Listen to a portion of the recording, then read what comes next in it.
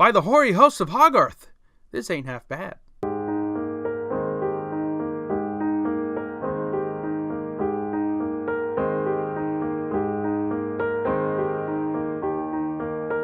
I don't know if I made this clear, but I love to explore complicated and complex ideas in my films. It's not all the time, to be fair, but when a work of art throws down the gauntlet to pursue a loaded message on, like the morality of war or the troubles of generations interacting with each other, I'm down to party. It does take a certain finesse to pull this off the more deeper a film goes, and when you mess up with a lot of this rhetorical weight, you can fail hard in the eyes of perhaps not just me, but a lot of people, I feel. In terms of the superhero films of 2016, it's been a mixed bag. I'm personally not hot on the DC films at the moment. X-Men Apocalypse dropped the ball extraordinarily after the flawed, but still competent Days of Future Past, while Deadpool has something to offer if you submit yourself to the idea that there's intelligence in the analysis of ignorance.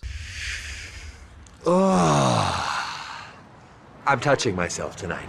But Marvel Studios' Captain America Civil War, however, did ultimately bring its discourse to the table in a very serviceable way. More on that here. The other 2016 offering from the, juggernaut of film blockbusters at the moment, Doctor Strange, does offer the same sort of weight that Civil War had, trading its discussion on morality to mortality. And I say, coming off of dealing with my transgressions with the Cap's third Frisbee Throw Fest, the film pulls it off pretty dang well. The first thing to comment on Doctor Strange is that these sequences of reality bending are really something to appreciate. It's like Marvel. Okay, it's more like Kevin Feige, said to the filmmakers, "Let's make a machine and put the dream sequences from Inception inside it to make the first big Doctor Strange film." But before turning the dial, someone went to another machine and got the response,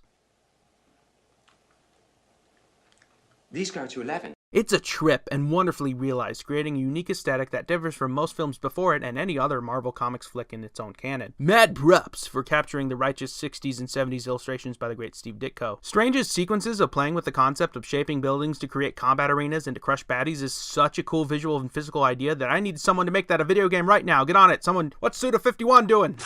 When the film isn't suggesting to open your mind, dude, the set design of the locations feel rather authentic and well designed. It's the most creative Marvel film, production-wise, since Guardians easily. The actors really do bring their game to this silly, silly film, and I can't complain either way. It was definitely a unique casting move to have Benedict Cumberbatch as the Sorcerer Supreme. After playing roles like Sherlock and not Ricardo Montalban with a sort of air of sophistication and majesty tied to those characters, he plays the typical friendly medical doctor transitioning through an Eastern perspective on life quite well. I think we can all say that we've known such a person. I bought him as this character, and if it's worth anything, that's not a bad American accent you got there, partner. Yeehaw! Second Amendment. But with both of the Marvel Studios offerings we're presented with this year, I feel myself initially conflicted with the films upon my first viewing. But then I start to adore them even more than the base level of affection I already had thanks to further thinking about them. Like Captain America Civil War, which at first I thought had vastly dumbed down its central themes of the frontier hero dichotomy in order to appease a blockbuster viewing audience, I wasn't super ecstatic about Doctor Strange until I thought about its heavy themes about the universe and our existence being finite and trying to find the beauty in our flawed, small physical selves, which was greatly utilized by the drives and physical and mortal affectations of characters like Strange and the Ancient One. You know, this sort of thing isn't brought up in any old big budget movie, and it's going to be a big think among people who hardly touch upon this sort of thing in a big way. Special regards, again, go to Cumberbatch, but also everyone else involved, like Mordo and Wong's actors, and Tilda Swinton for playing an unfortunately sort of whitewashed character, but still a centuries-old woman that is knowledgeable and sophisticated, but also is complex and realistically uneasy about her own mortality and fate. It was a good move to put her in a movie, and hopefully a good progenitor to MCU portrayals of lady heroes like Captain Marvel and other Marvel heroines. And while the actor playing the bad guy wasn't really all that bad, the Marvel villain problem still continues with the underdeveloped presence of...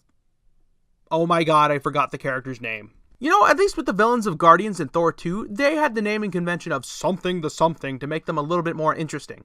Ugh. It's not a deal breaker, but it definitely needs some work onto it if we're going to continue with villains in these Marvel films. With its unique ideas and action beats and its incorporation of Eastern ideas about the universe, a great thing that I like about the film is that it doesn't throw away the importance of the more Western-leaning perspective on human physiology, philosophy, or ethics. Our physical function, bodies, and the reality we do perceive, and all that it contains still matters in ourselves, and while that's the perspective many of us would love to hear, I think it's a perfectly sound assumption to adopt in full. While I do think one flaw of the movie that it does suffer from pacing problems and jokes that do hamper the tone of the film a bit, Doctor Strange is a must-see for fans of superheroes, comics, and the speculative fiction genre in general.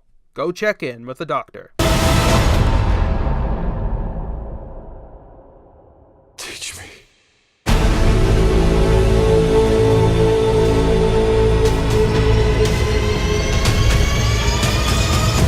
Maximum Austin, and until next time, keep being confident, and you enjoy your day.